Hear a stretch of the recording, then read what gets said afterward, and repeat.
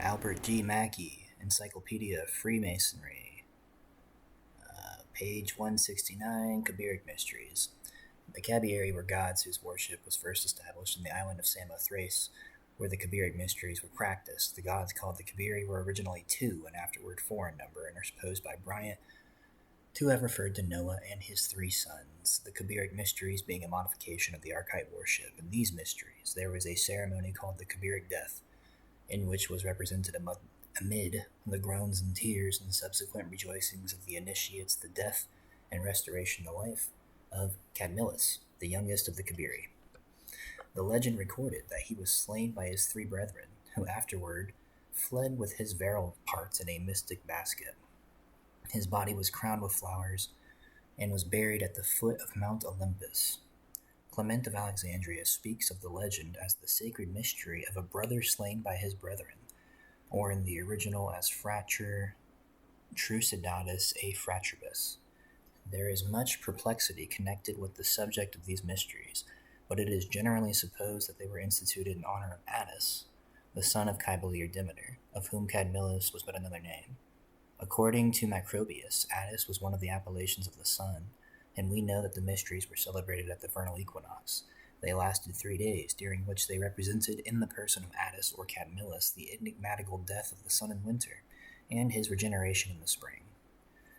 In all probability, in the initiation, the candidate passed through a drama, the subject of which was the violent death of Attis. The Kabiric death was in fact a type of the Haramic, and the legend, so far as it can be understood from the faint allusions of ancient authors, was very analogous in spirit and design to that of the third degree of Freemasonry.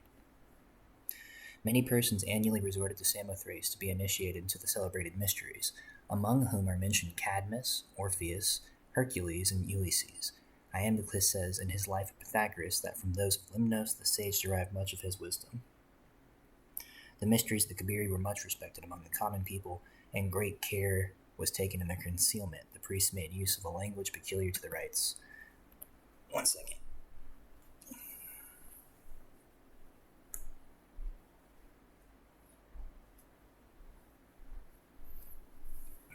My cat decided that he wanted to sit right next to the fucking screen and start licking his paw. The mysteries were in existence at Samothrace as late as the 18th year of the Christian era, at which time the Emperor Germanicus embarked for that island to be initiated, but was prevented from accomplishing his purpose by adverse winds. Okie dokie.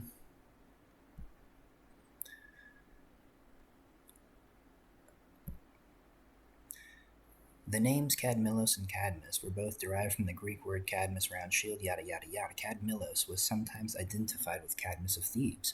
No shit.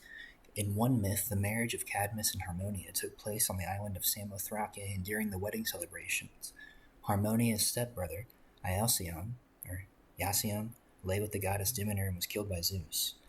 Cadmus then migrated to Boeotia, where he established the Theban mysteries of the great gods after those in Samothrace.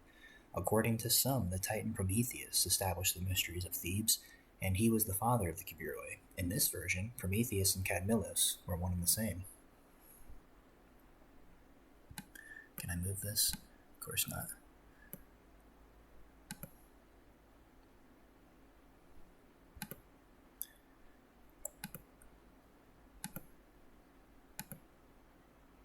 That's fine. Bookmarks.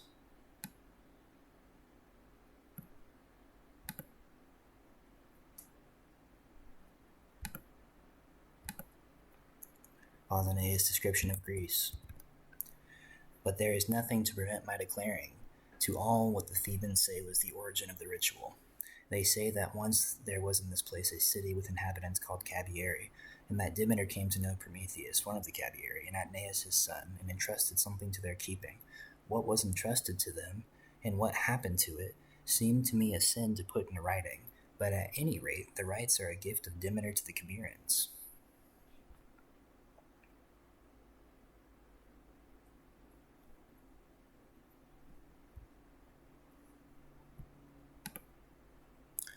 This is from Aeschylus's Prometheus bound Lugal Tuda. Here, let me scroll back up for a second.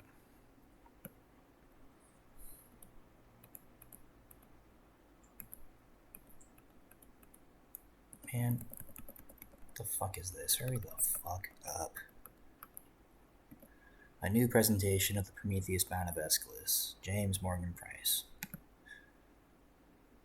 To emphasize the strength and resourcefulness of Prometheus, whose Babylonian prototype was entitled Lugal-Tuda the Lusty King, Aeschylus has him spiked to the crag, as well as fastened to it with chains. The Titan was also said to be crucified, and in later representations he was sometimes shown fastened to a wooden stake, Storos the Cross.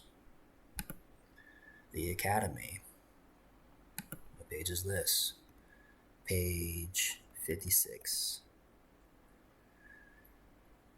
The seventh king is equated with Antares, and his name Day Heaven Bird, Day Brightness Bird. We have already met with the solar eagle, Aquila in this connection, or Alala, whatever the fuck.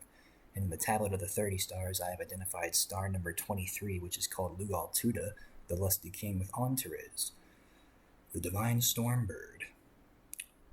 Fiercely flashing through tempest clouds, the Greek Dionysus Melanesius, which is something like the black sheep Dionysus. Antares' helical rising, the first time it becomes visible in the east before sunrise, occurs around December 25th.